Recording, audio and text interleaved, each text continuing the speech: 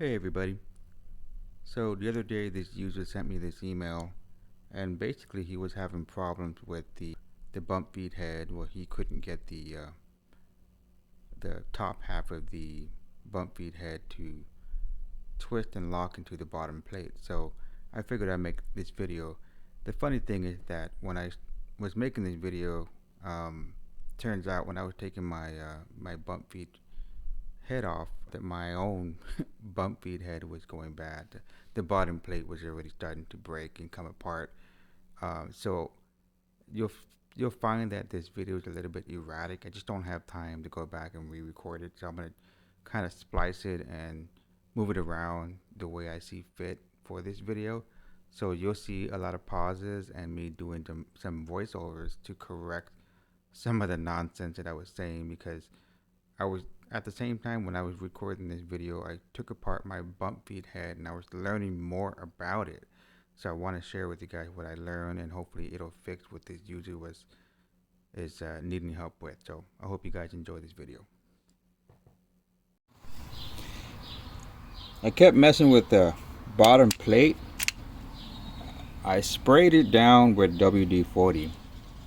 And the reason why I sprayed it down with WD-40 because when I would twist the outer ring, it was very stiff, it was very hard.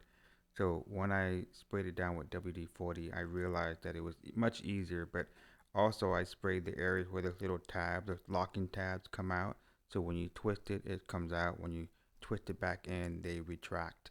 So it made it easier to kind of twist it back and forth. So I just wanted to clarify this. And it moves a lot better.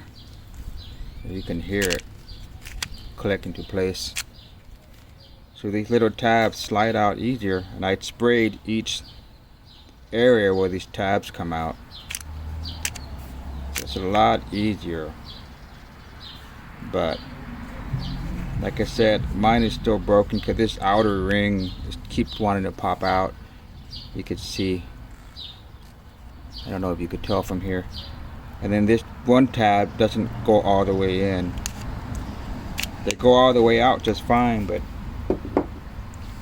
this one tab right here, when I line it up, this part snaps, and it's not supposed to do that. And see, all this comes out easily, but this part still grabs on. I mean, I still may be able to get a few more uses out of it, but definitely I'm gonna have to replace it soon. But see, keeps catching.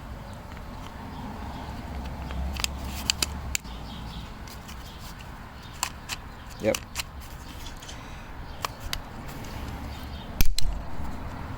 No bueno. But yours is brand new, you shouldn't have that problem.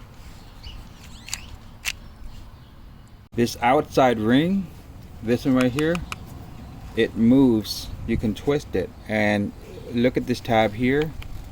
And as I twist it, you'll see it go in. So you see these tabs are not there anymore.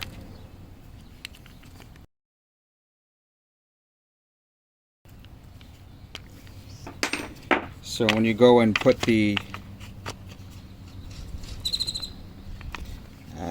this one is sticking out just a little bit. I think it's already going bad. Let me see if I can tuck it in a little bit more. There we go. So when you line it up, twist it. There you go. Again, mine's already going bad. I beat it up already quite a bit. But you can see the ring is getting warped. The outside twist ring. This particular bump feed head is garbage. I think it's so much moving parts and plastic, and it's gonna get worn down and beat up. It's just not a good design. I didn't get a chance to record it, but I did go back to the original design. It doesn't. It's not like it's a two-piece, but it's more rounded. It's kind of like the Echo bump feed heads. I went back to that one. It's a lot more simple, easier to work with. I think I'm gonna stick with that because this particular, bump feed head. I think it's like $39. It's pretty pricey. The original OEM bump feed head that comes with the string trimmer, at least with mine, I think it's less than $20. So I think for now I'm gonna stick with the original one, and if I have to replace it, I'm just gonna replace it with the original one. It's cheaper. So just a heads up. So again, here's my arrow, and here's the other arrow, and so you can see it goes in pretty. It's firm, but it goes in easy, and then twist, untwist, again, lined up on the bottom, and then you go up to this one and twist.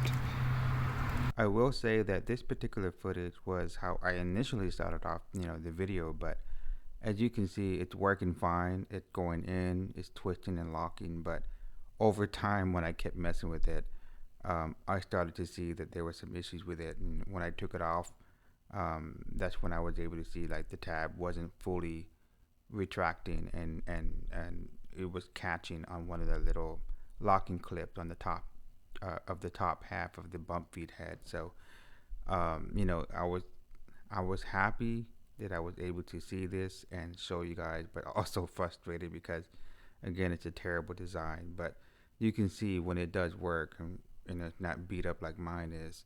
I cut my grass every 2 weeks, front yard and backyard. um, it it worked pretty well and looks nice, but I still think it's a bad design. So again, line them up and then twist. And there you go, man. That should be it. I know some people were asking how I get the string out, but it's a bump feed head, hence the name bump feed. When this thing goes down, it releases the cable with the momentum, and so you tap it and these strings come out. This is what I was talking about earlier. This is the original bump feed head that came with my string trimmer. I went back to it. It works fine. It's easier to work with. It's a simple design, and you can see it's way cheaper than the other designs. So just a heads up, guys. Thank you guys for watching, and don't forget to like and subscribe. Thanks. See ya.